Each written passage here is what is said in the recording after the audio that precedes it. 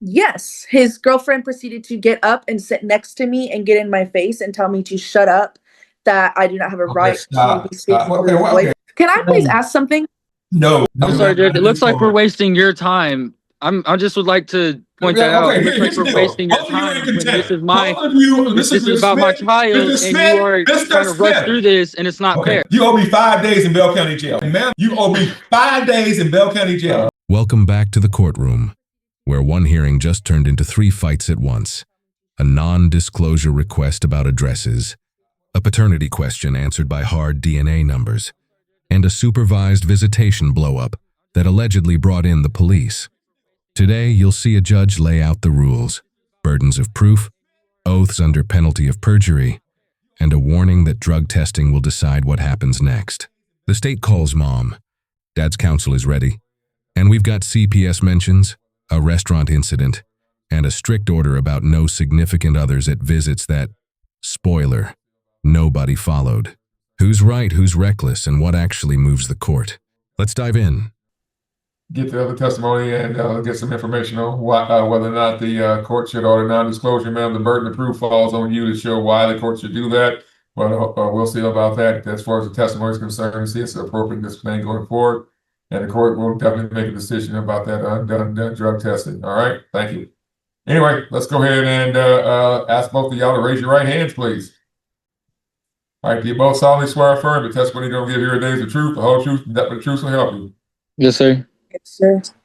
All right, thank you very much. You can put your hand down, and I'll go ahead and let the state call you as witnesses, and or ad litem, wherever the state wants to set it up, and then we'll come back and deal with anything in addition you think needs to come out that did come out when the lawyers were asking you questions. Because, like I said, you represent yourselves. You got the right to tell the Important legal beat. The judge makes it crystal clear. The burden of proof for non-disclosure sits with mom. Translation: if she wants the court to keep her residence confidential, she has to prove why safety or harassment concerns justify it. Courts balance 2 interests here. 1, a parent's safety and privacy when there's credible risk, versus 2, the other parent's access to information needed to exercise visitation and co-parent. Notice the judge's wording. We'll see about that as far as the testimony is concerned. That's a signal. Facts first, ruling later. As you watch, ask yourself, do mom's specific examples, police welfare checks, PS calls meet the standard for limiting disclosure? Or do they look like routine high-conflict co-parenting drama that doesn't rise to legal protection? court information so long as it's under oath and so long as it's relevant to what we're doing here today. So at this time, I'll allow the state to proceed. Thank you. Thank you, Your Honor. State will call Mia Kanaba. Yes. What is your full name? Mia Ryan Canaba. What is the full name of the child in this case? Harper Rose Canaba. When was Harper born? July 22nd, 2024. So how old is she? She's a year old. All right. I'll just start out with so has Mr. Smith from the time Harper was born to today given you any cash or very expensive, and I mean like over $100 expensive goods for the benefit of Harper? No. All right. So could you hear my opening statement? Yes. Was what I said about what you all agreed to accurate? About money getting child support? Like the current child support, cash medical, the retroactive child support judgment, and the repayment. Yes. All right. Let's talk about non-disclosure now.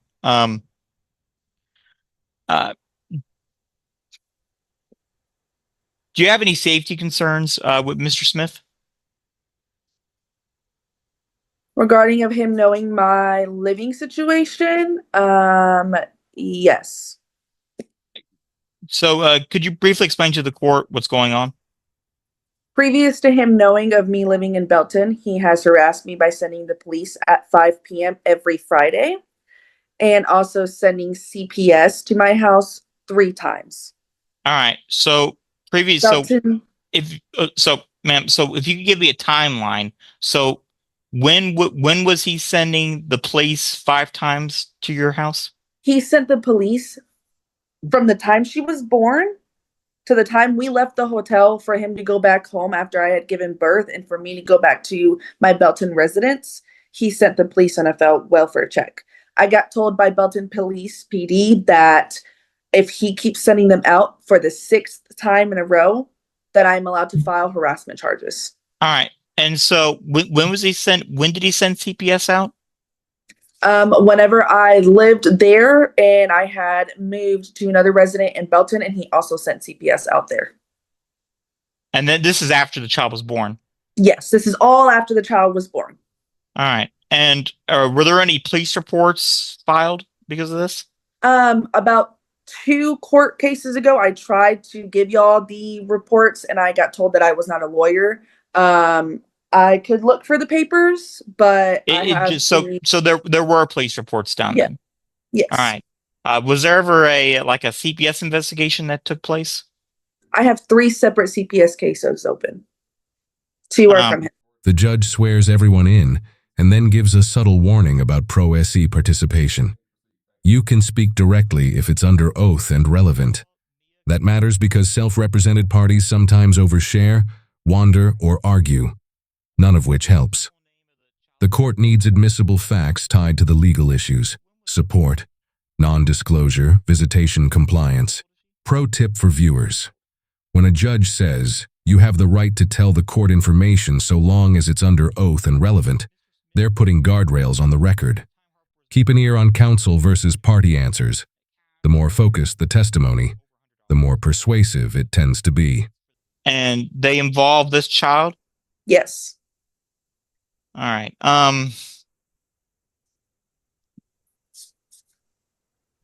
And Your Honor, I forgot to mention this in my opening, but the state would like to offer the filed DNA test report into evidence. I only have a copy of the non-filed version, so and state will call that Exhibit A. All right, the court is now. Let's see, let me get back to the back of the file. I have no objection to it, Judge. All right, folks. The file marked copy of this matter is now State's Exhibit A, which is the DNA paternity analysis in your case. Is there any legal reason, ma'am, I should not allow this evidence at this time?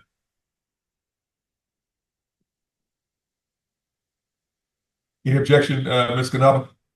No. All right, thank you. All right, Mr. Smith, any objection, sir? No, sir. All right, State's A's admitted. State's A shows that Mr. Dalton Smith cannot be excluded as a biological father of the child Harper. Probably of paternities within the guidelines of 99.99, which and this one is exactly 99.999999.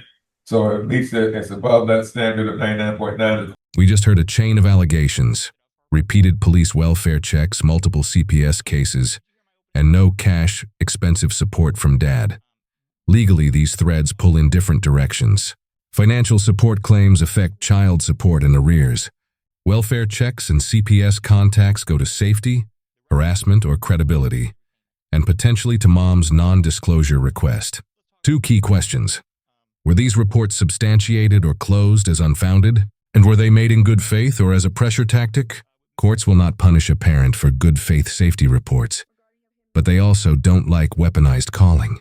Keep track of dates, documentation, and whether any agency actually found neglect or danger. That's the difference between noise and evidence. Court will also find that he is a biological father. You may proceed. Thank you, Your Honor.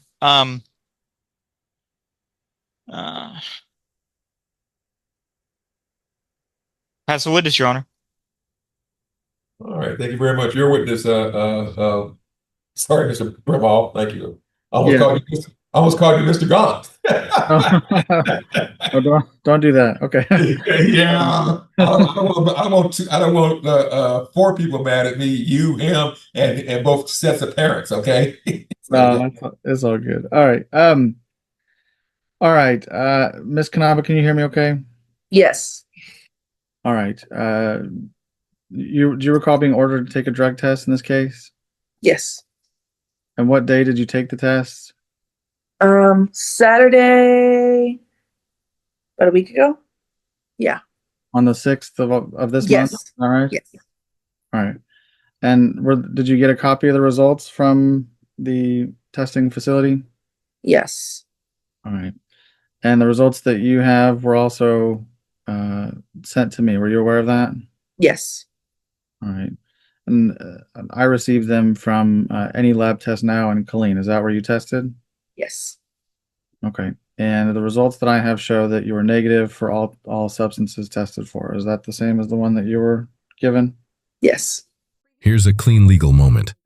The DNA report, admitted with no objections, shows a 99.9999% probability of paternity. That's well above the typical 99.9% benchmark many courts accept for establishing a legal father. Why does that matter? Because once paternity is established, the court can set child support, medical support, and possession access orders with enforceable teeth. It also sharpens accountability on both sides. Dad's rights to visit are real, and so are obligations to pay and to honor court conditions. When evidence comes in this cleanly, no chain of custody fight, no expert challenge. Expect the judge to move swiftly on the rights and duties section. All right. All right. Regarding, let's move on.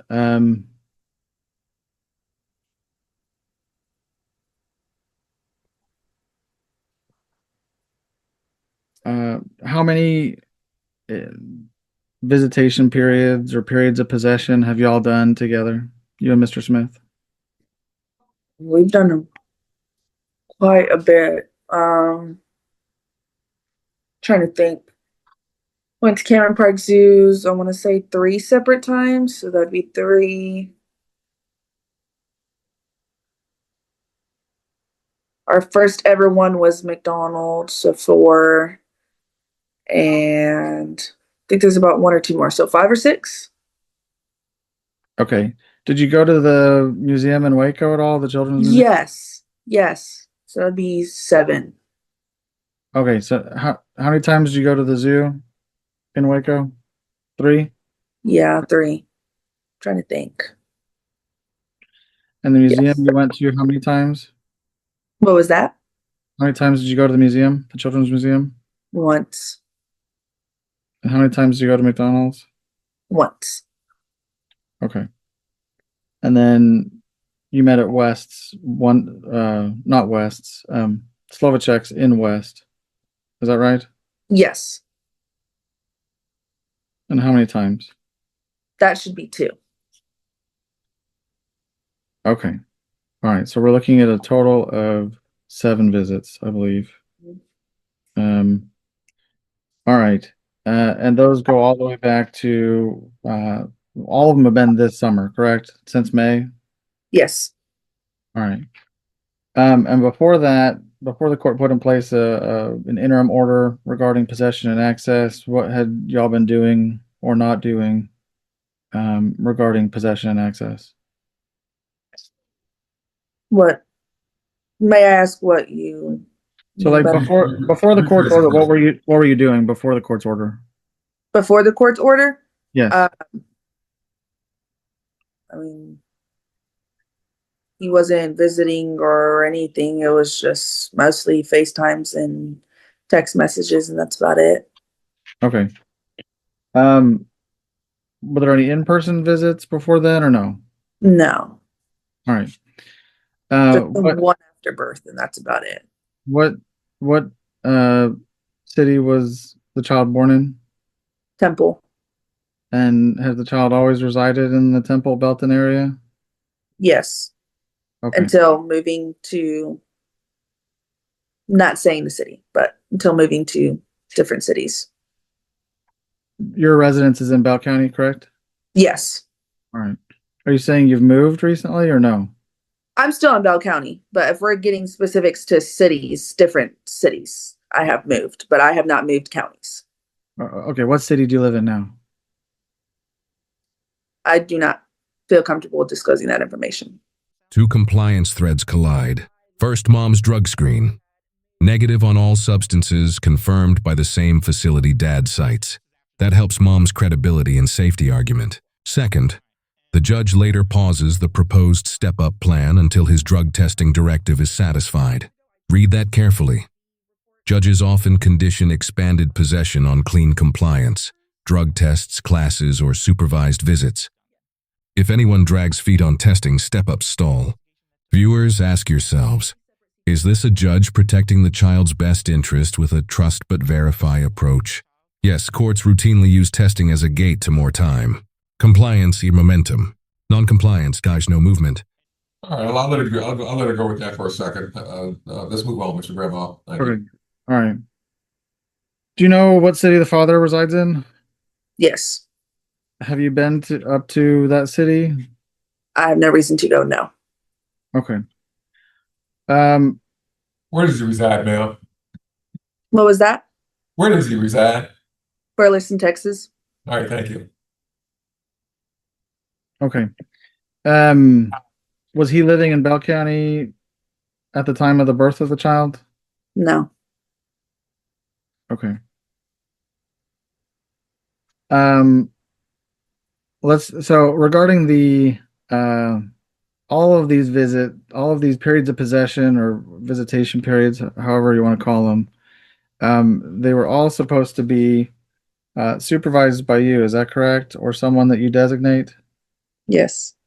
And I believe the judge instructed y'all that you were permitted to bring one additional person. Is that your understanding? Yes. Okay. And I believe I recall that the judge had said y'all were not to bring new significant partners, girlfriends, boyfriends, husbands, wives, etc. Is that your understanding? Yes. Okay. This is the tension point. Mom refuses to state her exact city, citing discomfort tied to alleged police CPS swarms.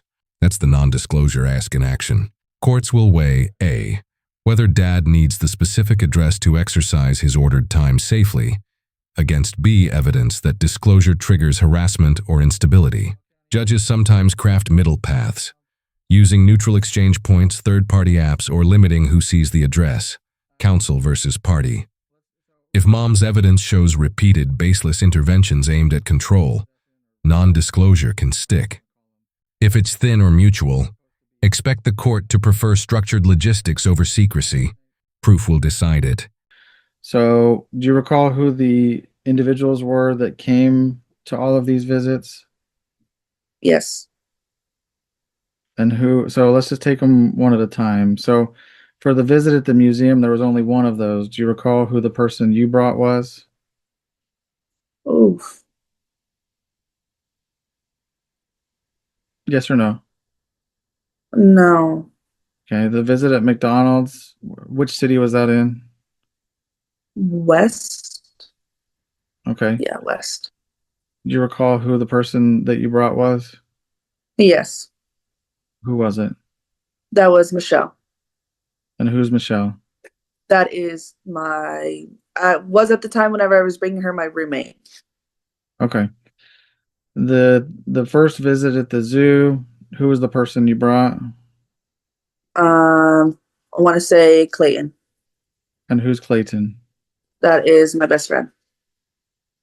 Are you dating Clayton? No. All right. How do you know Clayton? Through school. Okay. The second visit at the zoo, who'd you bring? My significant other, Mason. Okay. And the third visit at the zoo, who'd you bring? Should still be Mason. Okay.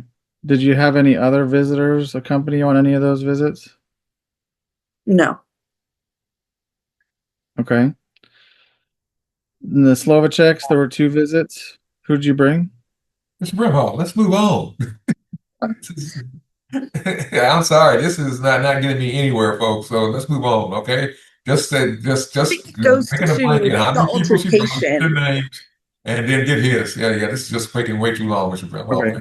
All right. Did your mom leads up come to the altercation? Did your mom come to any of these visits? She came to one. Did your sister come to any of these visits?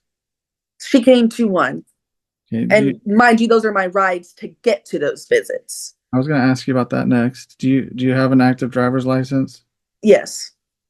Do you have a vehicle that you have access to? Yes, but that person that will lend me the vehicle will not allow me to take it that far, an hour or two away. And that's her Due to vehicle. She owns it. Due to the condition of the vehicle, or due No, to she just will not let me. You know what, on I-35, Mr. Brimhall, move on. Okay. All right. Regarding my announcement about a proposed step-up plan, did you hear that? Brimhall, Yes. you can skip that too. I'm not doing anything until I get my drug test. We just got a tally. About 7 visits this summer under supervision. The court's rule was simple. Each side may bring 1 additional person, but no new romantic partners. Why is that rule common? Because early co-parenting transitions are volatile. Adding partners increases conflict, distracts from the child, and can turn visits into relationship standoffs. Here names start piling up. Roommate, best friend, significant other, plus parents.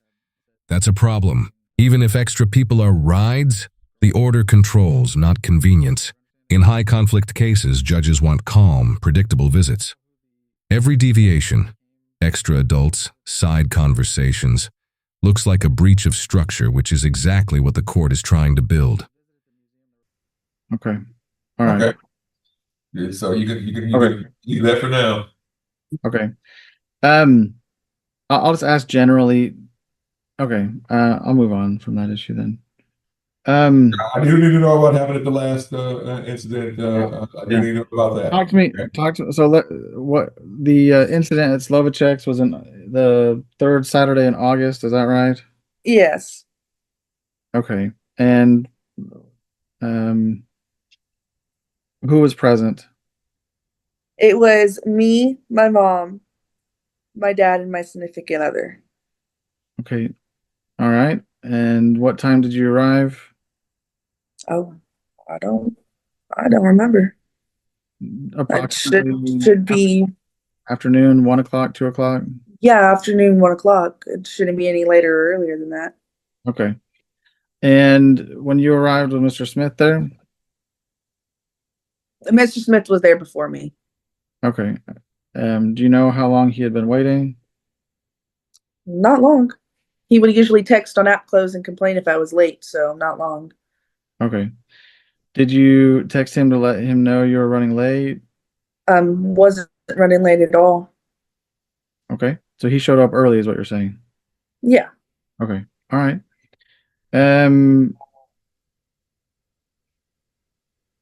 Tell me what, go ahead and just give me a short couple sentences on what happened according to your point of view.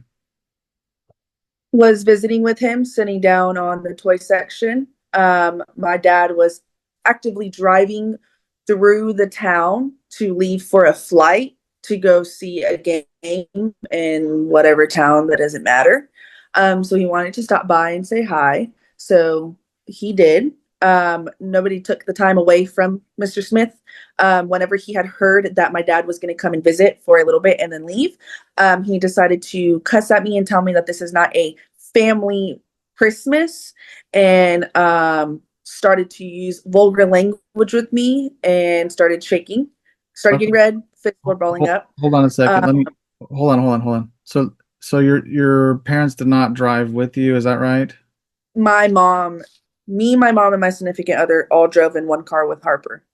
Okay, and your father drove separately? Objection, Yes, Your Honor. because- I don't see how it's relevant who It- drove and what car. He complains about the people Okay, being there. That's why it's relevant.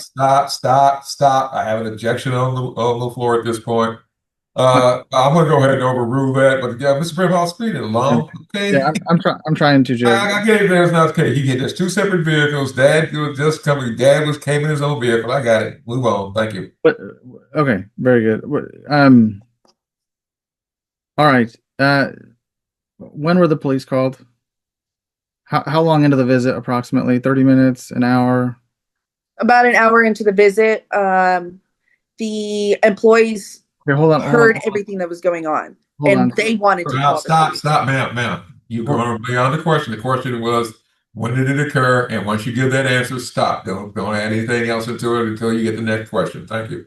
Yeah, so just make sure you listen really carefully to the question. If it's open-ended, you can certainly have free reign to talk, but that one was a short answer question. My next question is that first 30 minutes to an hour, the child was turned over to Mr. Smith, is that right? Yes. Okay, and they spent time walking around Slovacek's, is that more or less correct? Kinda. Was there any significant thing that happened, any interaction during those first moments? Just him walking away as I was trying to keep supervised visitation with him. And Okay, so you were just trying to keep eye on the situation like you were ordered to, and was that met with resistance or? just him walking away. Only resistance came was later on. Okay, so connect the dot for me. Like, so it started off okay then, is that fair? Yeah. Okay, and then it turned quite bad. So what was the turning point? What was the inflection point there? When did it turn bad? Whenever I had answered my dad's phone call, and that's whenever he blew up. Okay. And were you expecting your dad to swing by? No, Okay. Do your parents live together? no. Okay. All right. Um, did your dad know you were going to be there? Yes. Okay. And so you talked to your father, and he was going to swing by, and he did. Yeah. How many minutes later? Or like 30 minutes later? Yeah, he was about 10 minutes away. Okay. And in that 10-minute time period where he was traveling to Slovacek's, you told Mr. Smith, hey, my dad's going to come by and see the child. Is that right? Yeah. And at that point, Mr. Smith's reaction was, This is not a family Christmas. This is my effing time with my effing kid. And Here's the emotional spike. Dad allegedly erupts when told mom's father will swing by, saying, this is my expletive time with my expletive kid. Legally, two things matter. One, court orders define the time, not feelings. Two, this was supervised time with a one extra person cap, no significant others. If both parties showed up with partners, they both broke the rule, and the judge will see that as a predictable recipe for conflict. Also note the environment. A family restaurant store with other patrons and staff. Public scene plus profanity, plus supervision disputes. A classic de-escalation failure. Courts expect parents to protect the child's experience, even when baited. it just blew up from there. okay. And this was in the middle of the restaurant store? And were there, how many, if you had to estimate, how many people were close by? Just me, his significant other, my significant other, Harper, and him. And How many, were there any customers or employees nearby? no. Well, one employee. Okay. And so who called the cops? Do you know? No. Okay. Do you have a copy of the, You did not call the police, correct? Yeah, no. I Right. don't have a phone too. So did you ask somebody to call the police on your behalf? No. Okay. Okay. All right. The police showed up roughly how many minutes later? about 30 minutes to an hour later. Okay, just estimate, yeah. Okay. And so while you were waiting for the police to arrive, I'm sorry. Ma'am, did you know the police were coming? Did I know that the police were coming? Yes, ma'am. No, they had showed up, and I had already knew what the situation was. Okay. I already knew. let me follow up on the judge's question. So whoever called the cops, did you know that they had called the cops? No. So The employees wanted to call them. My mom wanted to call them. I said, whatever you needed to do, because the employees could hear him cussing from across the restaurant. okay. And so and you didn't ask anyone to call on your behalf. Whoever did it on their own initiative. Is that your Yes. understanding? Police presence doesn't automatically equal a crime or a winning point. Here, mom says she didn't call, staff or family might have, and no one was arrested or cited. For judges, that means the police visit is mostly context, not legal conclusion, but it still matters for best interest analysis. If visits reliably escalate to public confrontations, courts reduce variables, fewer people, clearer roles, tighter windows, maybe back to neutral exchange sites. The big takeaway, the pattern counts more than the one flare-up. If the same triggers, extra adults, schedule friction, boundary testing, keep blowing things up, the court will narrow the plan until adults can actually follow it. Yes. So from your point of view, you're supervising a visit and the cops randomly show up. Is that correct? Yeah. Okay. And so was there anything that happened between the time that you told him that your dad was swinging by to say hello and the time the cops showed up? Was there anything apart from his reaction to being told that your dad was coming by? Objection, Your Honor. Anything else that Hasn't happened? this already been answered? I mean, we've already gone through this, Your Honor. Overruled. Go ahead. Mr. Brimall, let's finish it up. Miss Knobby, you can answer. From the time of From the time of his reaction to the time the police showed up, was there anything else that happened? from the time that the police showed up, about 5 minutes into the call and them getting both of our statements, his girlfriend decided sorry. to. Okay, stop. Sorry. I've heard. Okay. Yeah. Move on. So, Move okay. on. all right. So the police showed up, got statements from everybody, and anything else after that? Yes, his girlfriend proceeded to get up and sit next to me and get in my face and tell me to shut up, that I do not have a right to be speaking to his boyfriend. Okay, sorry. What part of not bringing significant others did everybody not get? Huh? I brought my mom the first four. Stop. Everybody brought their significant other. I am ticked. I see, guys, that's why we don't do this. Yeah, that's why the judge does these things, and y'all are not, nobody's following my court order. I'm not getting my drug test. I'm not getting people, additional people showing up. Yeah, I don't mind dad driving by, but your significant others being there, that's never going to work out, folks. All right, Mr. Brimall, wrap this one up. Okay. Very fast. Thank you. I'm upset with everybody. How long were the police there? Did anybody get arrested? About an hour? No, sir. Did anybody get arrested?